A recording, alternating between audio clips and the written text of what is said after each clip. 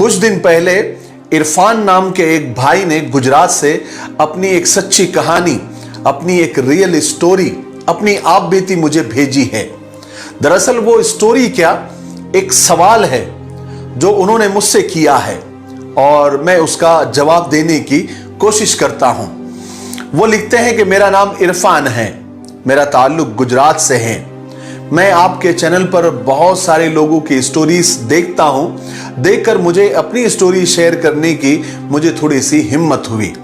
एक तो आप मुझे समझाए भी और मेरी कहानी लोगों तक पहुंचाए ताकि लोग उससे कुछ सीखें। इरफान साहब कहते हैं कि कहानी शुरू होती है जब मैं स्कूल में था।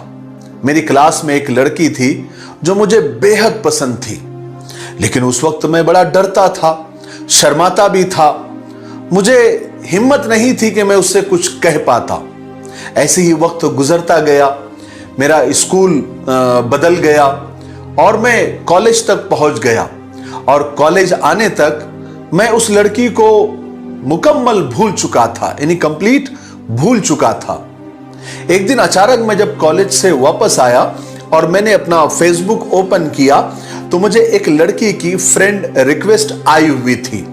मैंने उसको एक्सेप्ट कर लिया तो फौरन उसका मैसेज आ गया और बात करने पर पता चला कि ये तो वही लड़की है जो मेरे स्कूल में हुआ करती थी और जो मुझे बेहद पसंद थी। फिर हुआ है कि हम बातें करते रहे, फिर कुछ दिन में नंबर एक्सचेंज हो गया और फिर हम फोन पर बातें करने लगे। पहले पहले तो हम सिर्फ मैसेज पर बात किया करते थे, फिर कॉल्स होने लगी, फिर सुबह शाम एक साथ गुजरने लगी। कॉल्स पर क्या खाया, क्या पिया, कहां गए, कहां से आए, किसकी मंगनी थी, किसकी शादी थी, किसकी पार्टी थी, एक एक सेकंड की एक दूसरे को खबर रहने लग गई। पहले अच्छी दोस्ती भी थी, लेकिन ये दोस्ती कब मोहब्बत में बदल गई पता ही नहीं चला। फिर मैंने मोहब्बत का इजहार किया, उसने भी मोहब्बत का इजहार किया, फिर हम बाकायदा रिलेशन में आ गए और कभी कभार हम मिल भी लेते थे। और ऐसे ही बात करते करते 3 साल गुजर गए। हमने तो शादी और बच्चों के नाम तक सोच लिए थे, लेकिन फिर पता नहीं उसको क्या हो गया। वो आहिस्ता आहिस्ता बदलने लगी, चेंज होने लगी, कम बात करने लगी, लेकिन मुझे तो उसके बगैर रहा ही नहीं जाता था। उससे बात किए बगैर मैं तड़पता था, लेकिन उसके कुछ समझ ही नहीं आती थी। वो मुझसे बात ही नहीं करती थी। फिर वक्त के साथ साथ उसने इतनी बात कम कर दी कि पहले हफ्ते में एक बात करने लगी थी, फिर बात महीनों तक पहुंच गई। ना वो मेरे कॉल्स रिसीव करती थी, ना मेरे मैसेज का रिप्लाई करती थी। और मैं रोता था, उसकी मिन्नतें करता था कि वो बस मुझे अपनी आवाज सुना दे, एक बार आवाज सुना दे। लेकिन फिर भी उसे मुझ पर तरस नहीं आता था और मुझे उसके बगैर चैन नहीं आता था। जब मैं पागल होने लगता था तो मेरे समझ में नहीं आता था कि मैं करूं तो क्या करूं।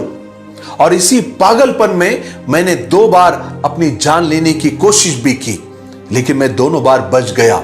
लेकिन फिर भी उसे कुछ भी फर्क नहीं पड़ा कि मैं उसके लिए कितना तड़पता हूं।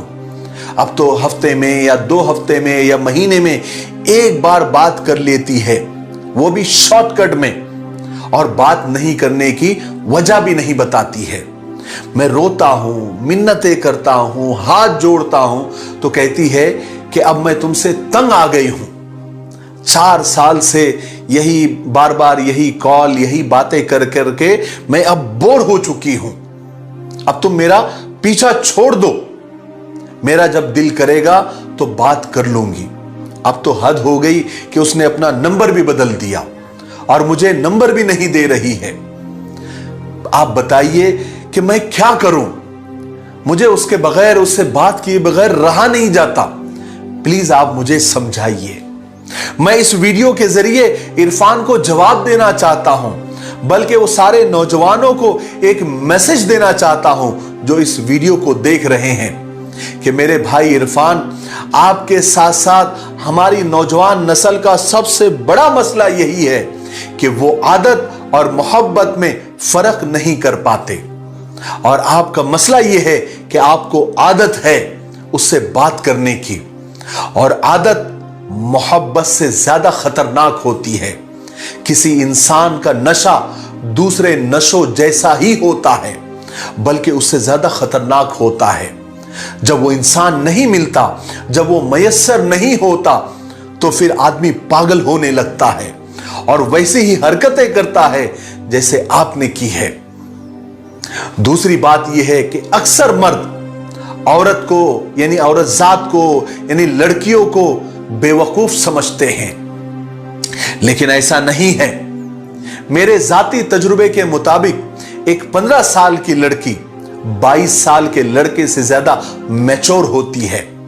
वो बहुत लंबा और बहुत आगे का सोचती है, और हर लड़की यही चाहती है कि उसकी शादी जिससे भी हो वो एक ऐसा मर्द हो कि जिसके होते हुए वो खुद को मुकम्मल महफूज महसूस करे।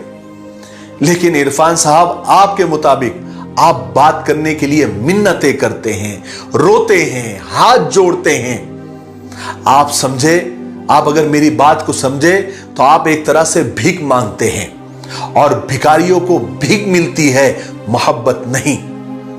आप बुरा लगने न दें। और औरत ऐसे मर्द के साथ कभी रहना नहीं चाहेगी जो इस कदर कमजोर हो, इस कदर वीक हो।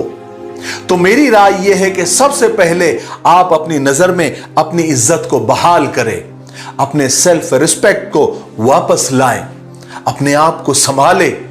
जब वो देखेगी कि आप अपने आप को संभाल सकते हो, तो उसे भी यकीन आ जाएगा कि आप उसे भी संभाल पाएंगे। उसे जिंदगी में आप स्पेस दें, वरना जितना आप उसके पीछे भागेंगे वो आपसे उतना दूर भागेगी, और आपके हाथ सिवाय पछतावे के कुछ भी नहीं आएगा। और आप अपनी जिंदगी को मसरूफ बनाएं, अपनों के साथ वक्त गुजारें, खुदा की इबादत में अपने आप को मसरूफ करें, अपने वालिदैन, अपने माँ बाप का सहारा बने, और मोहब्बत को जिंदगी का हिस्सा बनाएं, जिंदगी न बनाएं, वरना मोहब्बत तो मिलेंगी नहीं और जिंदगी से भी आप हाथ धो बैठोगे। हम दुआ करेंगे कि अल्लाह ताला आपके मामले में आसानी फरमाए। मुझे उम्मीद है कि इस कहानी से हम सबको बहुत कुछ सीखने को मिला होगा। अगर आपको वीडियो पसंद आया है तो इसे ज्यादा से ज्यादा लाइक करें और शेयर करें, और मेरे लिए और पूरी उम्मत के लिए और पूरी इंसानियत के लिए खैर और भलाई की दुआ करते रहे। अस्सलामु अलैकुम व रहमतुल्लाहि व बरकातुहू।